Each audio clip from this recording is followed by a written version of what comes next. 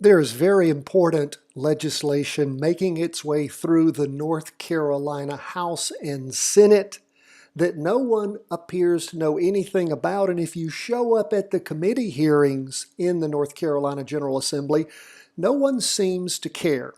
I am dedicating a lot of my time over the next several months as the General Assembly is in session to get the word out and to see if we can activate people who care about cannabis in North Carolina when it comes to all the things that it can do for people who are suffering.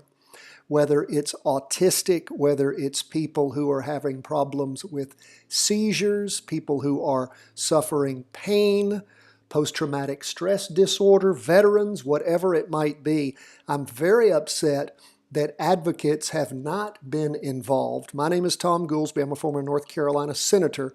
I worked hard and was instrumental in getting originally passed through the Senate the bill that started the hemp experiment in North Carolina with CBD oil, and we're in the process now, both Republicans and Democrats, in seeing to it that these laws are expanded. I'm going to go over one bill with you today, then I'm going to go over Senator Jackson's farm bill in another broadcast, but I just want to encourage you. On the screen right now is my email address. My cell number is up there also.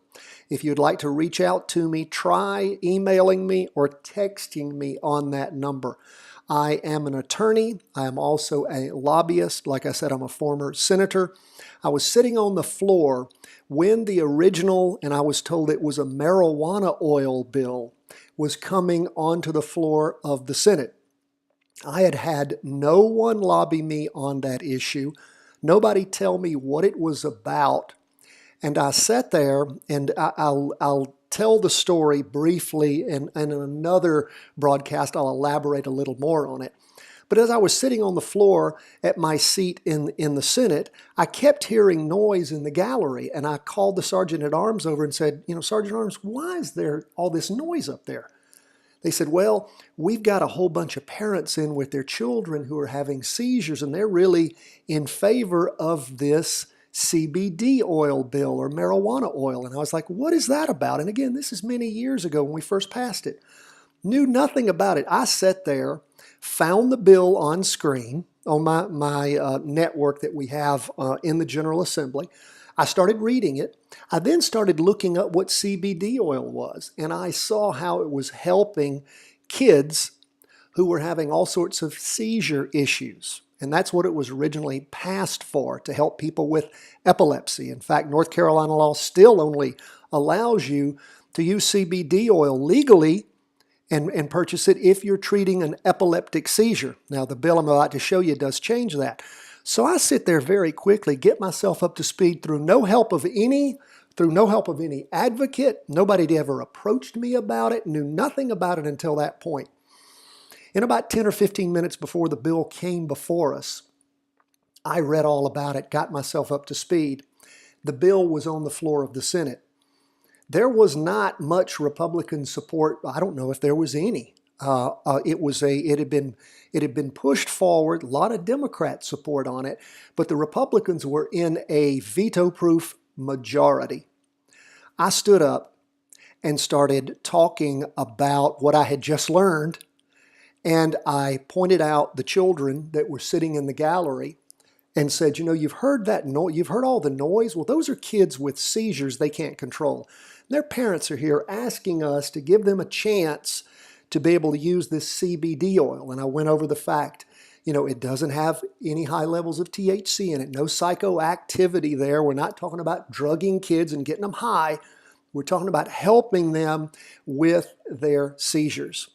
And I was able to get everyone to vote for it but one Republican who steadfastly, I don't want to be involved with anything that has to do with marijuana, wouldn't vote for it. Everybody else did. And from that point on, we got out of the Senate, passed the House, and it became law. And again, it was nothing but an initial pilot program.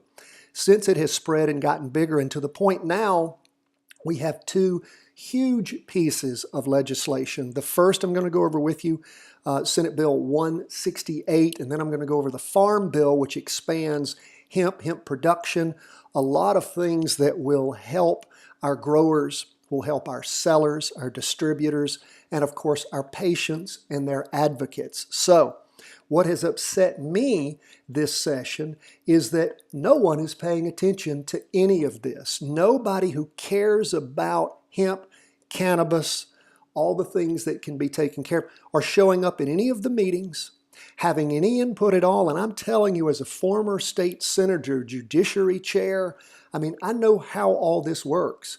And you've got to be a part of the conversation if you want to have any say at all in what goes on. I lobby all the time for various causes, and we're able to affect lots of good change in the outcome of the bill.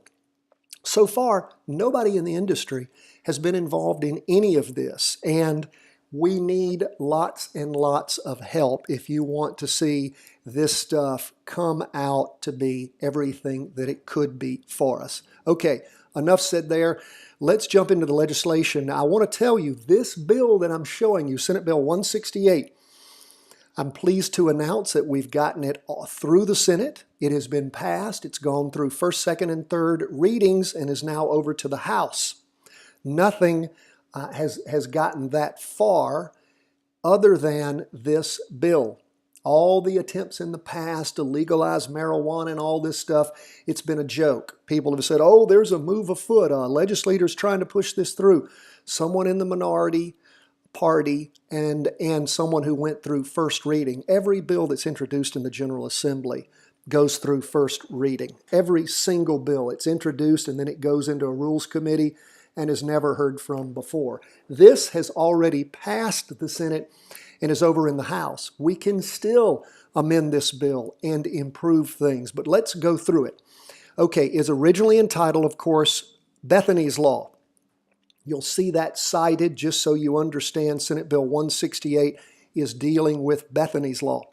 The bill is entitled An Act Amending the Exemption for or Possession of Cannabis Extract and Expending the Permissible Use of Cannabis Extract as an Alternative Treatment for Chronic Conditions and Repealing the Sunset of the Epilepsy Alternative Treatment Act. See, that's the way it was originally passed, Epilepsy Alternative Treatment Act. It was due to literally go away. It was sunsetted. So that is changing thanks to the folks that have put this forward. Now, the two people who are the prime movers who've helped in this, Democrat Senator Floyd McKissick, I served with him. I consider Floyd a friend, a very gentle, wonderful man. He is a Democrat, African-American from Durham, an attorney like myself, a fine individual who cares about people. Also, Senator Ralph Heiss, another friend of mine who I served with, a Republican from the mountains, former mayor of Spruce Pine, North Carolina, family man, wonderful man. I love him to death and have known him for years also. So these two gentlemen have helped push this bill forward and out for us. But again, I've not seen any assistance from anyone in the advocates, growers, suppliers, distributors. I don't understand it, but let's go through what the bill's doing. The exemption for use or possession of, and see they're changing it from hemp to cannabis extract, which is nice. They're actually using the correct name for it. As we all know, or maybe you don't know this, the difference between marijuana, hemp, and cannabis is there isn't any. Cannabis is marijuana, hemp is marijuana, it is the same plant. Now, for hemp or cannabis or marijuana to be legal in North Carolina, currently it has to have 0.03% or less THC. CBD is the non-psychoactive substance that is in marijuana that helps so many people. Also, THC can help people too, and that's something we've got to talk about as we continue this conversation and start working to increase the therapeutic levels of THC in marijuana, cannabis, hemp. They're all interchangeable words that's grown in North Carolina. We can see that and again, so you understand how legislation works. Wherever you see things scratched out or you see things underlined, scratched out means they're taking it out of the legislation in the proposed bill, and underlined means that it's being added, it's new. So we see that we're changing the name of hemp extract to cannabis extract. We then see composed of, it used to read composed of less than 0.9% of THC by weight. Now it's going to read more than 0.3% by weight and less than 0.9 by weight. So again, that's a nice change. Is composed of at least 5%, and that's cannabinoids other than THC by weight. And again, as it's always said, contains no other psychoactive substance. And again, THC is the psychoactive substance. We see again hemp's being dropped for cannabis. We also see, now this is what the bill's really all about. Originally, you could only take cannabis, hemp, marijuana, we're just going to call it cannabis from now on. You could only take cannabis extract for intractable epilepsy. That's what those children were suffering from that I saw in the gallery when I first worked to get the original pilot program that's now being sunsetted, and we're changing it. You know, we're adding it without a sunset. But now we're seeing it expanded to autism, multiple sclerosis, Crohn's disease, mitochondrial disease, and get this, or a medical condition diagnosed by a neurologist for which currently available treatment options have been ineffective. Now again, is that perfect? Do we want just any doctor to be able to do it, not just a neurologist? Hey folks, this is so much better than it was. It was only intractable epilepsy. But again, we can work toward modifying and changing this. We just have to have everyone engaged on the pro-cannabis side to start making this happen.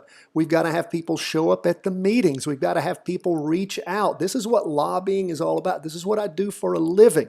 It's extremely important that all these folks be engaged. If those of you who know about me, if you remember, those of you who know the fight that I got involved in with kratom when the state was going to actually outlaw kratom, going to turn it into the same schedule drug as heroin, I was hired by a local businessman in Wilmington, Justin Lanassa. Kudos go out to him because he saved that entire industry. We actually were able to stop the Senate from passing that bill. They ended up not voting it out of committee, and thank goodness we still have kratom available for treatment of pain and to help people get off opioids and all the other things that kratom does. And again, we won that fight. Why? Because we got out there and got engaged. And then as we continue to move down, we see possesses in close proximity, cannabis extract, certificate of analysis. So again, it's telling you what you have to have, basically changing hemp to cannabis. And then as we start going through, the next page we get to is going to start going through short titles and definitions. We see that the act is now being changed from epilepsy to North Carolina Alternative Treatment Act. We see also that it's listing all the things for which it can be treated. And we also are striking children. I told you originally it was for children. Now we're changing it to individuals, which is extremely important. Because right now, that is the whole that was the whole moving. The reason the General Assembly moved to do this was to help children. Now we're recognizing that individuals suffer from conditions that cannabis can help. We also then get into the definitions about what caregivers are. As we move through the act, we define what caregivers are. We also expand to neurologist or has been examined under the care of a physician who's consulted a neurologist. So again, expanding the ability to have people diagnosed to be able to use cannabis for the effective treatment of diseases.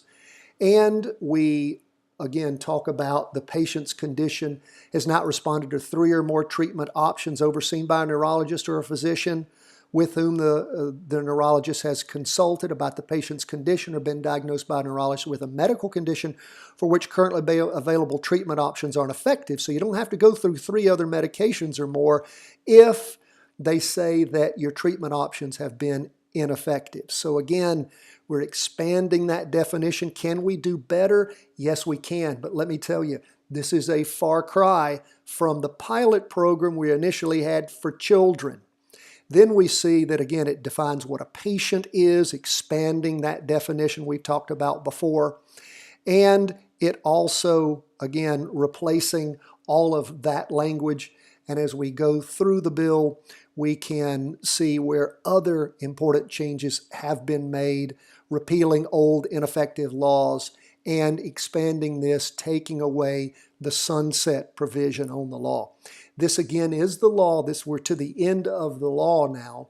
Now, this is in the House at this point. It has passed the Senate. The House can make changes to the bill. They may very well do that when it comes in committee. We can put amendments in, ask members to support amendments. We can lobby the senators to accept those amendments. Whenever a bill is amended, it then has to go back to the other chamber to make sure they're okay with the changes. If the bill doesn't change at all, it'll be passed as it is. And of course, some great opportunities for effective changes will be lost. I do, again, want to encourage all of you as we move forward to reach out to me here at the North Carolina Cannabis Policy Network. Thom@goolsbylaw.com is my email address. My cell number, 910-262-7401. We have got to get everyone engaged that we possibly can in this fight. I was so amazed by the Kratom folks and the advocates for Kratom, the patients who were using Kratom to treat conditions, to get over addictions, and how effective they were. It was the fight we were engaged in was going on back when HB2 was also in the news. And every office in the House and Senate I would go by and ask them to support our effort to stop the outlaw bill that would have made Kratom illegal. And again, Kratom is a root that comes from Southeast Asia. It mimics in many ways opioids. It's great for helping people get over opioid addiction. It's not addictive itself. It's not a narcotic, but it was about to be treated that way. We were able to stop that bill. And as I would go into people's offices and say, hey, I'm trying to, get your members' support. I'd be talking to the legislative assistants, trying to get your senator or representative to support our efforts. They would say, oh, phone calls from your folks are 10 to 1, what we're getting on HB2. And HB2 was, sucking all the oxygen out of the room in the news at the time. I mean, it was so in the news every day. But the Kratom folks were so engaged that we were able to get the attention of the General Assembly members, and we were able to effectively kill that bill. And we still have Kratom available, still being sold all across the state, thousands of pounds a year. And that was because one individual got me busy and hired me to go up there and lobby and see to it that folks did not lose that treatment option. Well, cannabis is, again, we know that so many benefits. CBD oil has been phenomenal in our state, but most people have been violating the law as far as who they're selling it to, what they're selling it for, and what we are seeing now is that a bill is underway. This Senate Bill 168 is now underway to expand the people who will have the legal means to use it, to whom suppliers and distributors can sell it. And of course, it will expand the options for all the growers and everyone else out there. Now, the next bill I'm going to cover for you is even more broad-reaching. That is the Farm Bill, which is taking hemp to whole new levels when it comes to cultivation and also addresses very serious problems that growers can have. That is when you are growing hemp and your THC levels come in higher than allowed by state law. Real problem that also needs to be dealt with. And the bill has the opportunity to help with that so that you don't have to destroy your crop. So again, these are things that are worth millions and millions of dollars to the industry. And as you can tell from the words I've shared with you, I'm very perturbed that I seem to be the only one out there that is really engaged in this fight. And I need to hear from all of you who want to get involved, who are interested in this, who are involved in the industry, or advocates or patients. We have got to get it together in North Carolina. This is a most opportune time to effect positive change and to help people. God bless, my friends. Let me hear from you.